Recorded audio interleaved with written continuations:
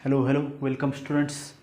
तर ह्याच्या अगोदरच्या लेक्चरमध्ये आपण सगळ्या मॉड्युलस ऑफ इलॅस्टिसिटी फिनिश केलेलं आहे. In the related to length असू द्या, रिलेटेड टू व्हॉल्यूम असू द्या, रिलेटेड टू शेप असू द्या, सगळ्या या ठिकाणी फिनिश केलं आहे. तर आता नेक्स्ट कंटेंटला सुरुवात करण्याच्या अगोदर सगळ्यांनी फ्रेश व्हा. त्याचबरोबर एक फ्रेश माइंडेड आणि त्या जे काही आतापर्यंत झालेलं आहे त्या गोष्टी सगळ्या आपल्या लक्षात ठेवून आपण नेक्स्ट टॉपिकला, नेक्स्ट कंटेंटला सुरुवात करणार आहे. तर या कंटेंटचं नाव आहे Poisson's ratio. Poisson's it is not toxic, जे काय आपण विष नाही आहे, it is one of the ratio आहे. Poisson's ratio, it is a scientist होता एखादा, त्याने एक रेशो सांगितलं Poisson's ratio. Poisson's ratio it is the ratio of strain. Poisson's ratio it is a ratio of two different strains. दोन वेगवेगळ्या स्ट्रेनचे हे काय आहे, एक रेशो आहे. ऑलरेडी एक कन्फ्यूज करण्यासाठी strain it is also one of the ratio, आणि त्याचं परत एक आपल्याला काय करायचं आहे, रेशो करायचं आहे. ठीक आहे.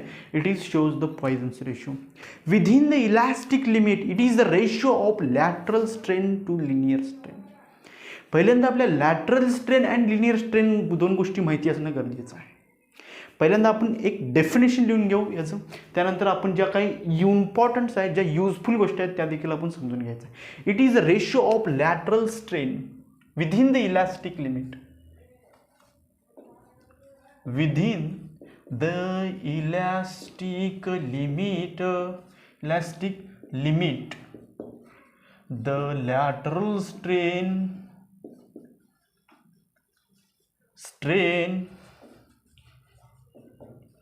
is directly proportional to linear strain असं बी असू शकतं, किंवा it is a ratio of lateral strain and linear strain. Lateral strain is proportional to linear strain, हे असे बी डेफिनेशन असू शकते. Is called Poisson's ratio, the ratio of lateral strain and linear strain. The ratio of, हे काय, ratio of lateral strain and linear strain.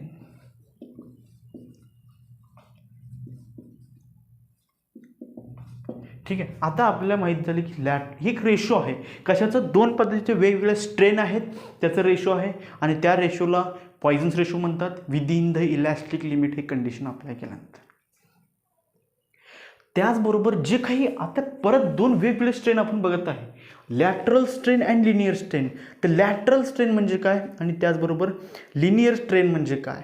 Wien the force, the ratio of changes in dimensions to the original dimensions, when the force is applied. जे काही डायमेन्शनमध्ये changes होत असते, ज्या डायरेक्शनमध्ये आपण force apply करतो त्याच डायरेक्शनमध्ये जे लेंथ चेंजेस होत असतील किंवा त्याचे डायमेन्शन्स चेंज होत असतील, तर त्याला म्हटलं जातं, it is also called as linear strain. The ratio of changes in dimension it is called as strain. But जे डायमेन्शन्स कन्सिडर करा, हे एक लेंथ आहे, वायर आहे, एक ब्रॉड वायर, ठीक आहे, एक जाड वायर आहे असं कन्सिडर केलं, तेव्हा एखाद्या फोर्स आपण अप्लाय केलेला आहे या ठिकाणी, आणि जेव्हा फोर्स अप्लाय करतो लेंथ देखील याच डायरेक्शनमध्ये त्याची डायमेन्शन चेंज करते, लेंथ, ते चेंजेस इन लेंथ. आणि जेव्हा जेव्हा त्याची लेंथ एक्सटेंड होत असते, जेव्हा एखादी वायर अप्लायड फोर्स अप्लाय केल्यानंतर एक्सटेंड होत असते, त्याची जी काही डायमीटर आहे हे डायमीटर चेंज होत असते, म्हणजे diameter is decreased. Okay, diameter हे कसं होत असते, डिक्रीज्ड होत असते. अँड हे जेव्हा एका डायरेक्शनमध्ये फोर्स अप्लाय करतो त्याच डायरेक्शनमध्ये काय होत असते, लेंथ चेंजेस होत असते. It is a original length, it is a change in length. This is called as linear strain. What is the linear strain? It is the ratio of strain, it is ratio of change in dimension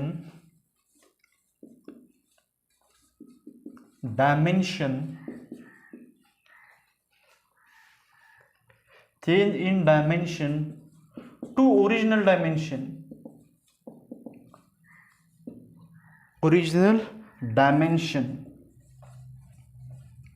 in the directions of applied force, in the ब्रॅकेटमध्ये लिहितो मी, in the direction of applied force, याला parallel देखील म्हणू शकता, ठीक आहे. In the parallel to applied force is called linear strain, is called linear strain. एक स्ट्रेन तर कळालं जी काय लिनियर स्ट्रेन असणार आहे. आता आपल्याला करायचं लॅटरल स्ट्रेन म्हणजे काय, ठीक आहे. जे काय लेंथमध्ये चेंज होत आहे आपण पहिल्यांदा लिनियर स्ट्रेनच समजून घ्यायचं आहे. Linear strain is equal to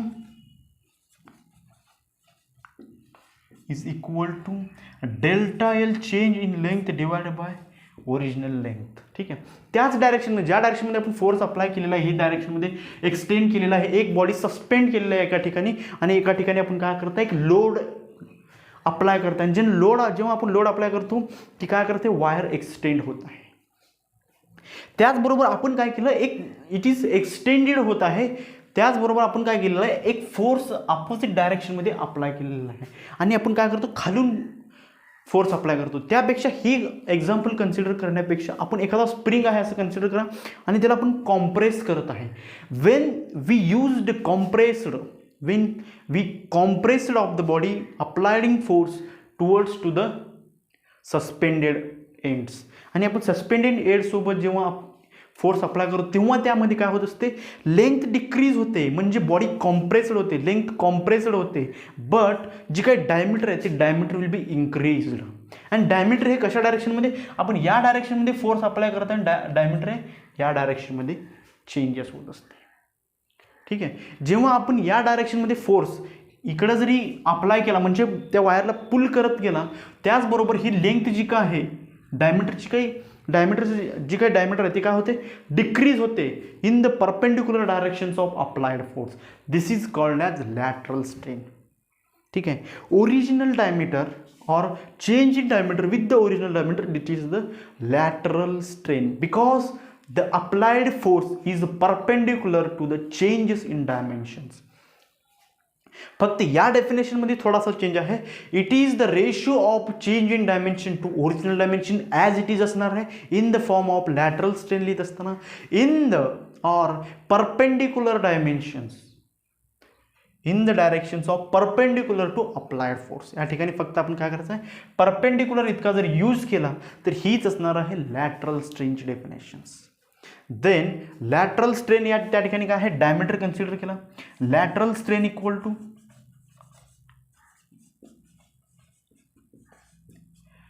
change in diameter, म्हणजे जे काही डायमीटर स्मॉल डी इतका चेंज झालेला आहे, and original diameter it is a D असणार, ठीक आहे.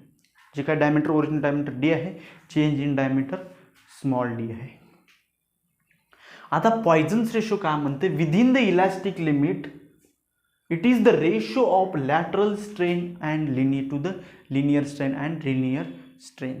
त्याच पद्धतीने Poisson's ratio it is a shows the symbol of sigma.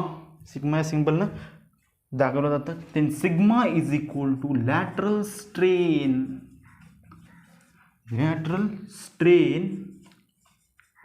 To linear strain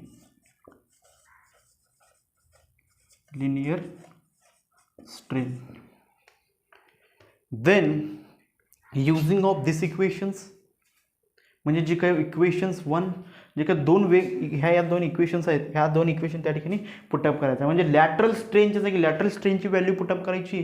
त्याचबरोबर जे काही लिनियर स्ट्रेन आहे त्या ठिकाणी काय करायचं, लिनियर स्ट्रेनची व्हॅल्यू पुटअप करायची.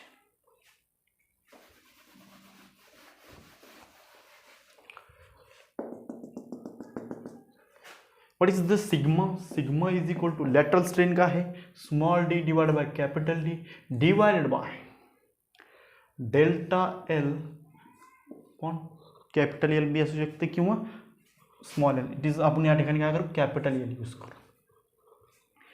तर ही जी काही एल आहे डायरेक्ट डीला मल्टिप्लाय होईल आणि ही डी आहे डेल्टा एलला मल्टिप्लाय होईल. Then sigma is equal to sigma to d by l upon ह्या गोष्टी it is a multiply d l divided by d into delta L.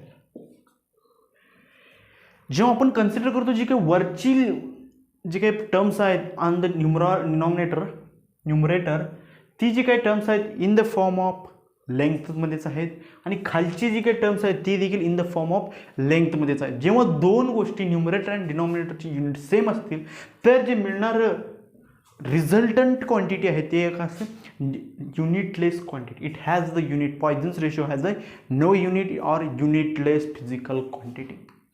तर आपण या लेक्चरमध्ये या पूर्ण टॉपिकमध्ये दोन युनिटलेस फिजिकल क्वांटिटी बघितलं. पहिला फिजिकल क्वांटिटी आहे strain and another is a ratio. हे एक रेशो आहे आणि ते आहे पॉयझन्स रेशो. ठीक आहे. या ठिकाणी आपण जे जे काय काय बघितलं थोडेसे रिव्हिजन्स करू. Poisson's ratio within the elastic limit it is the ratio of lateral strain and to the linear strain. त्यालाच लॉंगिट्युडिनल स्ट्रेन देखील काही जागी म्हटलं जातं. कशाला? लिनियर स्ट्रेनला. Then what is the linear strain? It is the ratio of change in dimension to the original dimensions when in the directions of applied force. या force apply केला त्याच डायरेक्शनमध्ये जे काही डायमेन्शन चेंजेस होत असते त्याच्या रेशोला काय म्हटलं जातं? लिनियर स्ट्रेन म्हटलं जातं. त्याचबरोबर लॅटरल स्ट्रेन म्हणजे काय? It is the ratio of change in dimensions the original dimension in the direction of perpendicular to the force. म्हणजे परपेंडिक्युलर ऑफ फोर्सच्या डायरेक्शनमध्ये जे काही चेंजेस होत असते त्याला म्हटलं जातं लॅटरल स्ट्रेन.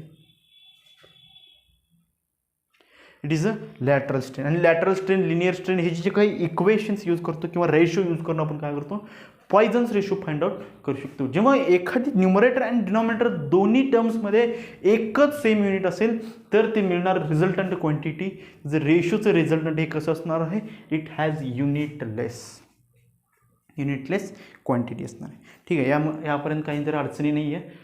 नेक्स्ट लेक्चरला आपण नेक्स्ट कंटेंट स्टार्ट करू.